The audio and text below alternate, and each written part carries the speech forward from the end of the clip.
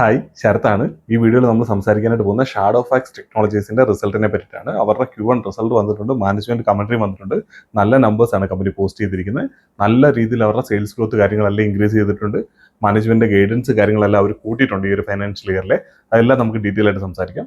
പിന്നെ ഈ ഒരു കമ്പനിയെ പറ്റിയിട്ട് നിങ്ങൾ കേട്ടിട്ടില്ല എന്നുണ്ടെങ്കിൽ നമ്മൾ കഴിഞ്ഞ ക്വാർട്ടറിൽ തന്നെ അവരുടെ ഡീറ്റെയിൽ ആയിട്ടുള്ള ബിസിനസ് അനാലിസിസ്, അതേപോലെ തന്നെ എന്തൊക്കെ കാര്യങ്ങൾ എക്സ്പെക്ട് ചെയ്യണം, എന്തൊക്കെ കാര്യങ്ങളാണ് ട്രാക്ക് ചെയ്യേണ്ടതെന്നുള്ള കാര്യങ്ങളെല്ലാം അവിടെ സംസാരിച്ചുകൊണ്ട് ഡീറ്റെയിൽ ആയിട്ട് ഒരു വീഡിയോ ചെയ്തിട്ടുണ്ട്. അപ്പോൾ നിങ്ങൾ ഈ ഒരു കമ്പനിയെ പറ്റി ധാരണയില്ലാത്തവരാണെന്നുണ്ടെങ്കിൽ ആ ഒരു വീഡിയോ കണ്ടതിന് ശേഷം ഇതിനെ പറ്റി കൂടുതലായിട്ട് അറിയുന്നതായിരിക്കും നല്ലത്. അപ്പോൾ എന്തായാലും നമ്മൾ ഈ ഒരു ക്വാർട്ടറിലെ റിസൾട്ടിനെ പറ്റി സംസാരിച്ച് കഴിഞ്ഞാൽ അവരുടെ റവന്യൂ ഗ്രോത്ത് നോക്കിയാൽ ഏകദേശം 65% അവരുടെ റവന്യൂല് ഗ്രോത്ത് വന്നിരിക്കുന്നത്. അതുപോലെ തന്നെ നമ്മൾ കഴിഞ്ഞ ക്വാർട്ടറിൽ സംസാരിച്ചപ്പോഴും പറഞ്ഞാണ് മാനേജ്മെന്റ് ഗൈഡ് ചെയ്തിരിക്കുന്ന ഈ ഒരു ഫൈനാൻഷ്യൽ ഇയറിലേക്ക് ഏകദേശം 27 തൊട്ട് അല്ലെങ്കിൽ 28 തൊട്ട് 30% ഗ്രോത്ത് ആയിരുന്നു മാനേജ്മെന്റ് ഗൈഡ് ചെയ്തിരുന്നത് അവരുടെ റവന്യൂലെ ഗ്രോത്ത്. അത് നോക്കിയാൽ ഈ ഒരു കമ്പനിയുടെ ഈ ഒരു ക്വാർട്ടറിൽ മാനേജ്മെന്റ് വന്ന് പറയുന്നത് അവരുടെ റവന്യൂ ഗ്രോത്ത് എന്ന് പറഞ്ഞ ഒരു 38 തൊട്ട് 40% വരെ അവരുടെ റവന്യൂ ഗ്രോത്ത് ഈ ഒരു ഫൈനാൻഷ്യൽ ഇയറിൽ കൂടുമെന്നുള്ള കാര്യമാണ് മാനേജ്മെന്റ് പറഞ്ഞിരിക്കുന്നത്. അത് നോക്കുമ്പോൾ വളരെ നല്ലൊരു കാര്യമാണ്. പ്രത്യേകിച്ച് നമ്മൾ ഒരു ഇൻവെസ്റ്റ് ചെയ്യുന്ന ഒരു കമ്പനിയെ സംബന്ധിച്ചിടത്തോളം അവരുടെ റവന്യൂവിന്റെ ഗൈഡൻസ് മാനേജ്മെന്റ് വന്നിട്ട് ഇൻക്രീസ് ചെയ്യുക എന്ന് പറഞ്ഞാൽ വളരെ വലിയൊരു കാര്യമാണ്. കാരണം പ്രത്യേകിച്ച് 28-30% ഗ്രോത്ത് ആന്റിസിപ്പേറ്റ് ചെയ്തിട്ടാണ് എല്ലാവരും ഈ ഒരു സ്റ്റോക്കിൽ ഇൻവെസ്റ്റ്മെന്റ് കാര്യങ്ങളൊക്കെ ചെയ്തിരിക്കുന്നത്. അവർ അതിനെ കഴിഞ്ഞൊക്കെ ഒരുപാട് മുകളിൽ പെർഫോം ചെയ്യുന്നുണ്ട്. അതുപോലെ തന്നെ മാനേജ്മെന്റ് വന്നിട്ട് പറയാണ് ഫസ്റ്റ് ക്വാർട്ടറിൽ തന്നെ ഈ ഒരു ഫുൾ ഫൈനാൻഷ്യൽ ഇയറിൽ FY27 ഗൈഡൻസ് ആണ് അവർ 27 തൊട്ട് 30% ഗ്രോ ചെയ്യുമെന്ന് പറഞ്ഞത്. അതിൽ ആദ്യത്തെ ക്വാർട്ടറിന്റെ റിസൾട്ട് വരുന്ന സമയത്ത് തന്നെ അവർ വന്നിട്ട് പറയുകയാണ് ആ ഗൈഡൻസ് അവർ ഇൻക്രീസ് ചെയ്യുവാണ്, 38 തൊട്ട് 40% വരെ ഗ്രോ ചെയ്യും എന്നുള്ള കാര്യം. സോ അതെന്ന് പറയുന്ന ഏറ്റവും നല്ലൊരു കാര്യമാണ്. പ്രത്യേകിച്ച് ആ ഒരു ബിസിനസിനെ സംബന്ധിച്ചിടത്തോളം ഈ ഒരു Q1 എന്ന് പറഞ്ഞാൽ കുറേ അവർക്ക് ഡിഫിക്കൽട്ടീസ് ഉണ്ടായിരുന്ന ഒരു ക്വാർട്ടറാണ്. കാരണം എന്താ വെച്ചാൽ ഈ വാറിന്റെ ഇഷ്യൂസ് കാര്യങ്ങളൊക്കെ വരുന്നതുകൊണ്ട് തന്നെ ഞാൻ പറഞ്ഞല്ലോ, ഷാഡോ ഫാക്സ് എന്ന് പറഞ്ഞ ഒരു തേർഡ് പാർട്ടി ലോജിസ്റ്റിക് കമ്പനിയാണ്. അതുകൊണ്ട് തന്നെ ഇവർ ലോജിസ്റ്റിക് കമ്പനി ആയതുകൊണ്ട് തന്നെ ഇവർക്ക് കൂടുതലായിട്ട് ഈ പറഞ്ഞ ക്രൂഡ് ഓയിലിന്റെ പ്രൈസ് ഒക്കെ ഇൻക്രീസ് ആകുന്ന ഇവരെ നല്ല രീതിയിൽ അഫക്ട് ചെയ്യാൻ സാധ്യതയില്ല. കാരണം ഡീസൽ പ്രൈസ് ഒക്കെ കൂടിക്കഴിഞ്ഞാൽ ട്രാൻസ്പോർട്ടേഷന്റെ കോസ്റ്റ് കാര്യങ്ങളല്ല, അതായത് ഇവരുടെ കോസ്റ്റ് നല്ല രീതിയിൽ കൂടാനുള്ള സാധ്യതയുള്ള. പക്ഷെ അങ്ങനെയുള്ള ഒരു ക്വാർട്ടറിൽ പോലും അവരുടെ ഈ പറഞ്ഞ മാർജിൻസ് നോക്കിയാൽ, എബിറ്റ മാർജിൻ നോക്കിയാൽ ഏകദേശം 4.9% ആയിട്ട് അവരുടെ എബിറ്റ മാർജിൻ കൂടിയിട്ടുണ്ട്. മാനേജ്മെന്റ് ഈ ഒരു ഫുൾ ഫൈനാൻഷ്യൽ ഇയറിലേക്ക് ഗൈഡ് ചെയ്തിരുന്നത് കഴിഞ്ഞ വർഷം 3.8% ആയിരുന്നു അവർക്ക് എബിറ്റ മാർജിൻ ഉണ്ടായിരുന്നത്. അത് ഈ വർഷം അവർ 5% എത്തും എന്നുള്ള കാര്യം. ഏകദേശം 100 തൊട്ട് 120 ബേസിസ് പോയിന്റ്, അതായത് 1 തൊട്ട് 1.25% വരെ എബിറ്റ മാർജിൻ കൂടുമെന്ന് പറഞ്ഞ് അത് ഈ ഒരു ക്വാർട്ടറിൽ തന്നെ അവർ ഏകദേശം 4.9% എബിറ്റ മാർജിനിലേക്ക് കമ്പനി എത്തിയിട്ടുണ്ട്. അതായത് ഇത്രയും മോശമായിട്ടുള്ള ഒരു സിറ്റുവേഷനിൽ പോലും ആ ഒരു ക്വാർട്ടറിൽ പോലും റവന്യൂല് ഹൈ പേസിൽ ഗ്രോത്ത് വന്നു. അതിനെക്കഴിഞ്ഞ് കൂടുതലായിട്ട് ഇവർക്ക് അവരുടെ ഈ പറഞ്ഞ റോ മെറ്റീരിയൽ പ്രൈസ് ഒക്കെ കൂടിയിട്ട് പോലും, അല്ലെങ്കിൽ ഇവർ യൂസ് ചെയ്യുന്ന ഫ്യൂവലിന്റെ പ്രൈസ് കാര്യങ്ങളൊക്കെ കൂടിയതിന് ശേഷം പോലും, റോ മെറ്റീരിയൽ അല്ല ഫ്യൂൽ കോസ്റ്റ് അത് കൂടിയതിന് ശേഷം പോലും ഇവർക്ക് ഈ പറഞ്ഞ രീതിയിൽ എബിറ്റ മാർജിൻസ് ഇൻക്രീസ് ചെയ്യുകയാണ് ചെയ്തേക്കുന്നത്. അപ്പോൾ ഈ ഫ്യൂവലിന്റെ കോസ്റ്റ് കാര്യങ്ങളൊക്കെ ഇൻക്രീസ് ആയതിന്റെ അതിന്റെ വേണ്ടി എക്സ്ട്രാ വന്ന എക്സ്പെൻസ് കാര്യങ്ങളെല്ലാം അവർക്ക് അതിനെല്ലാം ഓവർകം ചെയ്തുകൊണ്ട് അതിന് മുകളിൽ അവർക്ക് പെർഫോം ചെയ്യാനായിട്ട് പറ്റിയിട്ടുണ്ട്. സോ അതുപോലെ തന്നെ പാറ്റ് മാർജിൻ നോക്കിയാൽ അവരുടെ എബിറ്റ എന്ന് പറഞ്ഞാൽ ഞാൻ പറഞ്ഞില്ല 4.9% ആണ് എബിറ്റ മാർജിൻ. പാറ്റ് മാർജിൻ നോക്കിയാൽ ഈ ഒരു ക്വാർട്ടറിൽ 4.8% ആണ്. അതായത് ഓൾമോസ്റ്റ് അവരുടെ എബിറ്റ നേരെ ഡയറക്റ്റ് ആയിട്ട് അഡ്ജസ്റ്റഡ് എബിറ്റയുടെ കാര്യമാണ് പറയുന്നത്. ആ ഒരു നമ്മൾ കഴിഞ്ഞ ക്വാർട്ടറിൽ ഈ കമ്പനിയെ പറ്റി ഡീറ്റെയിൽ ആയിട്ട് സംസാരിച്ചപ്പോൾ ഇതെല്ലാം സംസാരിച്ചിട്ടുള്ളതാണ്. അപ്പോൾ അഡ്ജസ്റ്റഡ് എബിറ്റ എന്ന് പറയുന്ന നമ്പർ നേരെ ഡയറക്റ്റ് ആയിട്ട് അവർക്ക് പാറ്റിലേക്ക് മാറുവാണ്. ഏകദേശം 67 കോടിയോളം എബിറ്റ ഉണ്ടായിരുന്ന കമ്പനിയുടെ പ്രോഫിറ്റ് നോക്കിയാൽ 65 കോടിയാണ് അവരുടെ പ്രോഫിറ്റ് എന്ന് പറയുന്നത്. കാരണം കമ്പനിയെ സംബന്ധിച്ചിടത്തോളം അവർക്ക് ഈ ഒരു വർഷം ടാക്സിന്റെ പ്രശ്നങ്ങളും കാര്യങ്ങളില്ല. കാരണം അവർ ലോസിലുണ്ടായിരുന്ന കമ്പനിയാണ് ഓൾറെഡി. അപ്പോൾ അവരുടെ ലോസ് കാര്യങ്ങളൊക്കെ ഒരുപാടുണ്ട്. കഴിഞ്ഞ 2-3 വർഷത്തെ ലോസുകൾ എടുത്ത് നോക്കി കഴിഞ്ഞാൽ അതുകൊണ്ട് തന്നെ ഈ ഒരു ക്വാർട്ടറിലൊക്കെ നോക്കിയാൽ അവർക്ക് ടാക്സ് കാര്യങ്ങളൊന്നും വരുന്നില്ല. അതുകൊണ്ട് തന്നെ ഈ പറഞ്ഞ എബിറ്റ അഡ്ജസ്റ്റഡ് എബിറ്റ ഡയറക്റ്റ് ആയിട്ട് പാറ്റിലേക്ക് മാറുന്നു. 67 കോടി എബിറ്റന്ന് നേരെ 65 കോടി പാറ്റിലേക്ക് തന്നെ മാറുന്നുണ്ട്. അതൊക്കെ വെച്ച് നോക്കുമ്പോഴത്തേന് നല്ല രീതിയിൽ തന്നെയാണ് ബിസിനസ് പെർഫോം ചെയ്തുകൊണ്ടിരിക്കുന്നത്. അതുപോലെ തന്നെ നമ്മൾ കഴിഞ്ഞ ക്വാർട്ടറിൽ ഈ ഒരു കമ്പനിയെ പറ്റി സംസാരിച്ചപ്പം നമ്മൾ ഇവരുടെ ഒരു പ്രോഫിറ്റ് ആയിട്ട് ഈ ഒരു ഫുൾ ഫൈനാൻഷ്യൽ ഇയറിൽ അവർ ചെയ്യാൻ സാധ്യതയായിട്ട് നമ്മൾ കൂട്ടിയിരുന്നത് ഏകദേശം ഒരു 180 തൊട്ട് 200 കോടി വരെ പ്രോഫിറ്റ് ചെയ്യുമെന്നുള്ള കാര്യമാണ്. പക്ഷേ ഈ ഒരു ക്വാർട്ടറിൽ നമ്മളിപ്പോൾ നോക്കുമ്പോൾ മാനേജ്മെന്റിന്റെ ഗൈഡൻസ് തന്നെ അവർ 40% ആക്കിയിട്ടുണ്ട്. അതുകൊണ്ട് തന്നെ അവരുടെ കഴിഞ്ഞ വർഷത്തെ റവന്യൂവിന്റെ മുകളിൽ ഒരു 40% ഗ്രോത്ത് എന്ന് പറഞ്ഞാൽ ഏകദേശം ഒരു 5,600-5,700 കോടിയൊക്കെ റവന്യൂ ജനറേറ്റ് ചെയ്യാൻ സാധ്യതയുണ്ട്. അങ്ങനെ നോക്കുമ്പോൾ തന്നെ അവിടെ തന്നെ അവരുടെ ഇപ്പോഴത്തെ പാറ്റ് മാർജിൻ ഈ ഒരു ക്വാർട്ടറിലെ പാറ്റ് മാർജിൻ എന്ന് പറഞ്ഞാൽ ഏകദേശം 4.8% ആണ്. നമ്മളൊരു 4.5% പാറ്റ് മാർജിൻ എടുത്താൽ പോലും, കാരണം മാനേജ്മെന്റ് ഗൈഡൻസ് തന്നെ എബിറ്റ മാർജിൻ 5% മുകളിൽ വരും എന്നുള്ള കാര്യം തന്നെയാണ്. സോ ആ ഒരു രീതിയിൽ നോക്കുന്ന സമയത്ത് നമുക്ക് എന്തായാലും ഒരു 4.5% പാറ്റ് മാർജിൻ നമുക്ക് ഈസി ആയിട്ട് എടുക്കാൻ പറ്റുന്ന ഒരു കമ്പനിയാണ്. അത് നോക്കിയാൽ അവർ ഈ ഒരു വർഷം ഏകദേശം 250 കോടിയോളം പ്രോഫിറ്റ് ജനറേറ്റ് ചെയ്യാൻ സാധ്യതയുണ്ട്. ഈ പറഞ്ഞ കാര്യങ്ങളെല്ലാം കൃത്യമായിട്ട് തന്നെ മാനേജ്മെന്റ് എക്സിക്യൂട്ട് ചെയ്താലുള്ള കാര്യമാണ് ഈ പറഞ്ഞുകൊണ്ടിരിക്കുന്നത്. സോ അങ്ങനെ വന്നു കഴിഞ്ഞാൽ ഈ ഒരു കമ്പനിയുടെ പി റേഷ്യോ ഒക്കെ നോക്കിയാൽ ഇപ്പോൾ കറണ്ട് പി റേഷ്യോ എന്ന് പറഞ്ഞാൽ 80 ആണ്. അവരുടെ 82-83 ആ ഒരു റേഞ്ചിലാണ് അവരുടെ കറണ്ട് പി റേഷ്യോ ഉള്ളത്. അത് ഈ റിസൾട്ട് വന്നതിന് ശേഷമാണ്. ഈ റിസൾട്ട് വരുന്ന സമയത്ത് അവരുടെ പി റേഷ്യോ നോക്കിയാൽ ഏകദേശം 110-120 റേഞ്ചിലൊക്കെ ഉണ്ടായിരുന്നു ആ ഒരു ദിവസം. അതായത് വെള്ളിയാഴ്ചയാണ് റിസൾട്ട് വന്നത്. റിസൾട്ട് വരുന്ന സമയത്ത് 120 മുകളിലേക്ക് അവരുടെ പി റേഷ്യോ കാര്യങ്ങൾ പോയതാണ്. അതിനുശേഷം ആ റിസൾട്ട് വന്നപ്പോൾ തന്നെ അവരുടെ പി റേഷ്യോ ഡയറക്റ്റ് ഏകദേശം 80-82 കുറഞ്ഞിട്ടുണ്ട്. അതിന്റെ റീസൺ എന്താണ്? പി റേഷ്യോ എന്ന് പറഞ്ഞാൽ market cap divide by profit ആണ്. നെറ്റ് പ്രോഫിറ്റ്, ടോട്ടൽ പ്രോഫിറ്റ് എത്രയാണോ അതാണ്. സോ ലാസ്റ്റ് 1 ഇയറിലെ പ്രോഫിറ്റ് എടുത്ത് നോക്കുമ്പോൾ കഴിഞ്ഞ വർഷം അത് കഴിഞ്ഞ Q1 അവർക്ക് 8 കോടി മാത്രമായിരുന്നു പ്രോഫിറ്റ് ഉണ്ടായിരുന്നത്.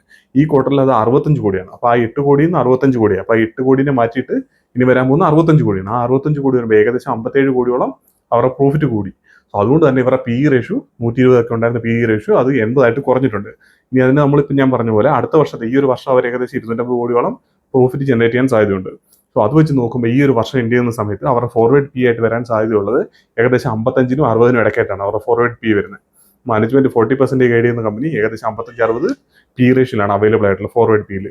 അവിടെ നോക്കുമ്പോൾ തന്നെ പെഗ് റേഷ്യോ എന്ന് പറഞ്ഞാൽ 1.5 ഒക്കെയാണ് പെഗ് റേഷ്യോ ആയിട്ട് വരുന്നത്. സോ ഇതൊക്കെ വെച്ച് നോക്കുമ്പോൾ തന്നെ നല്ല വാല്യൂഷൻ തന്നെയാണ് എനിക്ക് ബിസിനസ് അവൈലബിൾ ആയിട്ട് തോന്നുന്നത്.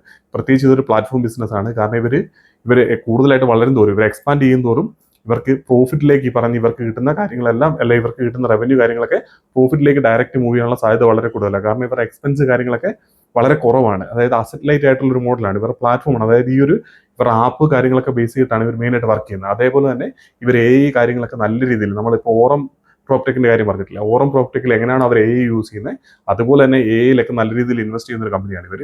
അതുകൊണ്ട് തന്നെ ഇവർ കോസ്റ്റ് കാര്യങ്ങളൊക്കെ ഇവർക്ക് നല്ല രീതിയിൽ കൺട്രോൾ ചെയ്യാനായിട്ട് പറ്റുന്നുണ്ട്. പിന്നെ അതുപോലെ തന്നെ ഞാൻ പറഞ്ഞില്ല, ഇങ്ങനത്തെ ഒരു പ്ലാറ്റ്ഫോം ആയതുകൊണ്ട് തന്നെ ഇവർക്ക് ക്ലയൻസ് കൂടുതലായിട്ട് വരുന്ന രീതിയിൽ അല്ലെങ്കിൽ കസ്റ്റമേഴ്സ് കൂടുതലായിട്ട് വരാൻ തുടങ്ങുമ്പോഴത്തേന് ഇവർ എക്സ്പെൻസ് കാര്യങ്ങളൊക്കെ കോൺസ്റ്റന്റ് ആയിരിക്കും, അല്ലെങ്കിൽ ചെറിയ രീതിയിൽ അത് കൂടുകയുള്ളൂ. പക്ഷേ അവരുടെ റവന്യൂ എന്ന് പറയുന്നത് അതിന്റെ പൊട്ടൻഷ്യൽ എന്ന് പറഞ്ഞാൽ വളരെ വലിയ പൊട്ടൻഷ്യലാണുള്ളത്.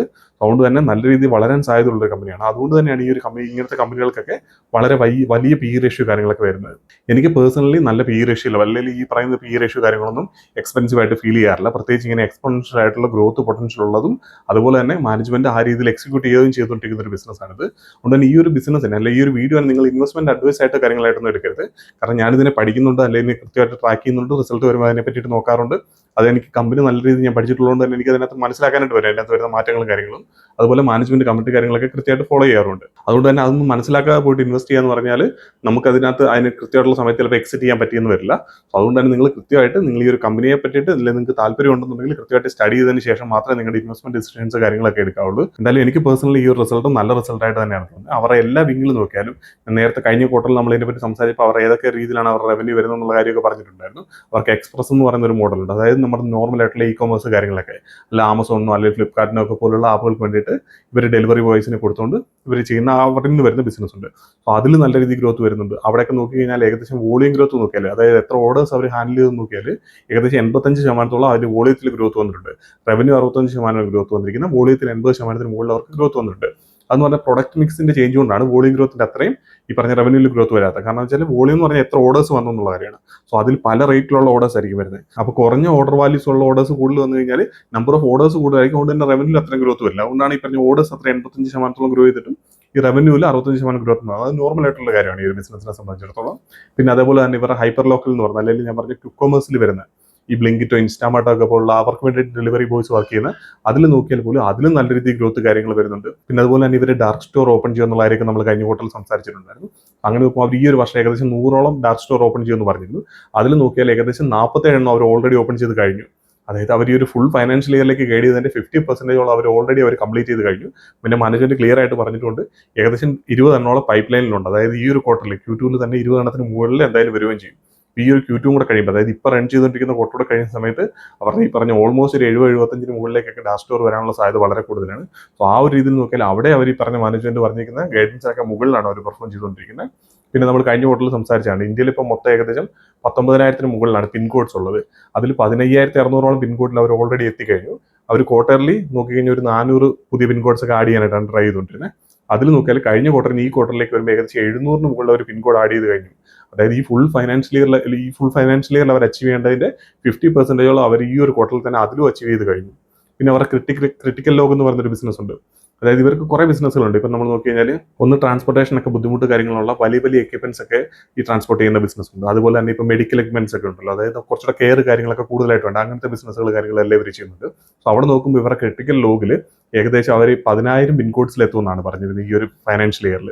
അത് നോക്കിയാൽ അവർ ഈ ഒരു ക്വാർട്ടർ ആയപ്പോൾ തന്നെ അവർ 10,000 പിൻകോഡ്സിന് മുകളിലെത്തി. അതുകൊണ്ട് തന്നെ അവിടെ മാനേജ്മെന്റ് ഗൈഡൻസ് ഇൻക്രീസ് ചെയ്തിട്ടുണ്ട്. ഏകദേശം 12,000 ആണ് ഇപ്പോൾ അവർ പറഞ്ഞ ക്രിട്ടിക്കൽ ലോഗിൽ അവർ പിൻകോഡ്സ് അവർ കവർ ചെയ്യാനായിട്ട് ഉദ്ദേശിച്ചിരിക്കുന്നത് ഈ ഒരു ഫൈനാൻഷ്യൽ ഇയറിൽ. സോ അങ്ങനെ നോക്കുമ്പോൾ അവർ ഏതൊക്കെ ഗൈഡൻസ് പറഞ്ഞിട്ടുണ്ടോ അതിലൊക്കെ നല്ല രീതിയിലാണ് അവർ പെർഫോമൻസ് കാര്യങ്ങളൊക്കെ നടത്തിക്കൊണ്ടിരിക്കുന്നത്. അപ്പോൾ എങ്ങനെയൊക്കെ നോക്കിയാലും നല്ല രീതിയിൽ തന്നെയാണ് കമ്പനി പെർഫോം ചെയ്തുകൊണ്ടിരിക്കുന്നത്. സോ പിന്നെ അതല്ലാതെ മാനേജ്മെന്റ് വേറെ എക്സ്ട്രാ പറഞ്ഞിരിക്കുന്നത് ക്യാപെക്സ് ഏകദേശം 60 കോടിയുള്ള അവർ ഈ Q1 സ്പെൻഡ് ചെയ്ത് കഴിഞ്ഞു. Q1 Q2 അവർ കൂടുതലായിട്ട് ക്യാപെക്സ് കാര്യങ്ങൾ ചെയ്യുന്നത്. കാരണം ഇവർ ഞാൻ പറഞ്ഞില്ലേ ലോ സ്റ്റിക്കൽ പ്ലെയർ ആയതുകൊണ്ട് തന്നെ ഇവർക്ക് കൂടുതലായിട്ട് ബിസിനസ് വരുന്നത് Q3 Q4 ആയിരിക്കും. കാരണം ഫെസ്റ്റിവൽ സീസൺ കാര്യങ്ങളൊക്കെ വരുന്ന സമയത്താണല്ലോ കൂടുതലായിട്ട് സെയിൽസ് കാര്യങ്ങൾ നടക്കുന്നത്. ഇപ്പോൾ ആമസോണിലോ അല്ലെങ്കിൽ ഫ്ലിപ്കാർട്ടിലോ സെയിലോ കാര്യങ്ങളൊക്കെ നടക്കുന്നതൊക്കെ ആ ഒരു സമയത്താണ് കൂടുതലായിട്ട്, അതായത് കൂടുതൽ ഓർഡേഴ്സ് വരുന്ന ആ ഒരു സമയത്താണ്. അതുകൊണ്ട് തന്നെ ഇവർ ഇൻവെസ്റ്റ്മെന്റ് കാര്യങ്ങളൊക്കെ കൂടുതലായിട്ട് ചെയ്യുന്നത് Q1 Q2 ആണ്. സോ ആ ഒരു രീതിയിൽ നോക്കിയാൽ 60 കോടിയുടെ ഇൻവെസ്റ്റ്മെന്റ് ഇവർ ഈ ഒരു ക്വാർട്ടറിൽ ചെയ്തിട്ടുണ്ട്. സോ അതൊക്കെ നല്ല രീതിയിൽ തന്നെ നടക്കുന്നുണ്ട്. പിന്നെ അതല്ലാതെ വേറെ നോക്കിക്കഴിഞ്ഞാൽ ഇവർക്ക് മെയിൻ ആയിട്ട് നമ്മൾ നോക്കേണ്ട ഒരു കാര്യമുണ്ട്. ഇവർ റിട്ടേൺ എടുക്കുന്ന സമയത്ത് ഇവർ കൃത്യമായിട്ട് അതിനെ ട്രാക്ക് ചെയ്തില്ല എന്നുണ്ടെങ്കിൽ ഈ റിട്ടേണിൽ വരുന്ന ഓർഡേഴ്സിൽ ഇവർ അതിനകത്തുള്ള ഈ പറഞ്ഞ ഡാമേജോ കാര്യങ്ങളൊക്കെ ഉണ്ടെങ്കിൽ, ഫിസിക്കൽ ഡാമേജോ കാര്യങ്ങളൊക്കെ ഇവർ ചെക്ക് ചെയ്യാതെ എടുക്കുന്നതെന്നുണ്ടെങ്കിൽ ആ പറയുന്ന അതിന്റെ കോസ്റ്റ് ഇവർ എടുക്കേണ്ടതായിട്ട് വരും. കാരണം ഇപ്പോൾ ഫ്ലിപ്കാർട്ടിൽ നിന്ന് ഒരു ഓർഡർ വരുന്നു, അതിന്റെ ഇവരുടെ സൈഡിൽ നിന്ന് എന്തെങ്കിലും പ്രശ്നങ്ങൾ കൊണ്ടാണ് ഈ പറഞ്ഞ പോലെ ഓർഡേഴ്സ് കസ്റ്റമറുടെ സൈഡിൽ നിന്ന് എന്തെങ്കിലും പ്രശ്നം വന്നു, അത് ഇവർ കൃത്യമായിട്ട് ഇവരുടെ ഡെലിവറി ഏജൻസി ചെക്ക് ചെയ്ത് എടുത്തതിന് ശേഷം അതിനകത്ത് എന്തെങ്കിലും പ്രശ്നം ഉണ്ടെങ്കിൽ അത് ഇവർ ആ പറഞ്ഞ ലോസ് എടുക്കേണ്ടതായിട്ട് വരും. അത് നോക്കിയാൽ കഴിഞ്ഞ ക്വാർട്ടറിൽ ഏകദേശം 6.1% ആ പറഞ്ഞ രീതിയിലുള്ള ലോസ്. അത് ഈ ഒരു ക്വാർട്ടറായപ്പോൾ 5.5% കുറയ്ക്കാനായിട്ട് വന്നിട്ടുണ്ട്. കഴിഞ്ഞ ക്വാർട്ടറിൽ അതിന് മുമ്പ് സീക്വൻഷ്യൽ ആയിട്ട് നോക്കിയാൽ അത് കൃത്യമായിട്ട് കുറഞ്ഞുകൊണ്ടിരിക്കുന്നത് കാണാൻ പറ്റും. ആ ഒരു കാര്യത്തിൽ നല്ല രീതിയിൽ ഈ പറഞ്ഞ ഇമ്പ്രൂവ്മെന്റ് വരുന്നതുകൊണ്ട് തന്നെയാണ് ഇവർക്ക് ഈ പറഞ്ഞ കോസ്റ്റ് ഒക്കെ കൃത്യമായിട്ട് കൺട്രോൾ ചെയ്യാനോ അല്ലെങ്കിൽ ഇവരുടെ മാർജിൻസ് ഒക്കെ ഇമ്പ്രൂവ് ചെയ്യാനായിട്ട് പറ്റിയിട്ടുള്ളത്. അതിലുമൊക്കെ ഇവർ നല്ല രീതിയിൽ കാര്യങ്ങൾ യൂസ് ചെയ്യുന്നുണ്ടെന്നുള്ള കാര്യമാണ് മാനേജ്മെന്റ് പറയുന്നത്. അപ്പോൾ അതും വരുന്ന ക്വാർട്ടറുകളിലൊക്കെ ഇമ്പ്രൂവ് ആവുന്ന സമയത്ത് കൂടുതലായിട്ടുള്ള രീതിയിൽ ഓപ്പറേറ്റിംഗ് ലിവറേജ് കാര്യങ്ങളൊക്കെ കിട്ടാൻ സാധ്യതയുള്ള കമ്പനിയാണ്. മാനേജ്മെന്റ് ഗൈഡ് ചെയ്യുന്നത് തന്നെ ഓരോ ഫൈനാൻഷ്യൽ ഇയറിൽ ഏകദേശം 100 തൊട്ട് 120 ബേസിസ് പോയിന്റിന്റെ എബിറ്റ മാർജിൻസ് ഇമ്പ്രൂവ് ആവുന്നുള്ള കാര്യമാണ്. സോ അത് അടുത്തൊരു 1-2 വർഷം ആ ഒരു രീതിയിൽ, അത് കഴിഞ്ഞിട്ട് ഏകദേശം 150 to 200 ബേസിസ് പോയിന്റ് ഇൻക്രീസ് വരും എന്നുള്ള കാര്യം മാനേജ്മെന്റ് പറഞ്ഞു. എനിക്കൊന്ന് 200 മുകളിലാണെന്ന് തോന്നുന്നു. കൃത്യമായിട്ട് കഴിഞ്ഞ ക്വാർട്ടറിൽ നമ്മൾ അതിനെപ്പറ്റി ഡിസ്കസ് ചെയ്തിട്ടുള്ളതാണ്.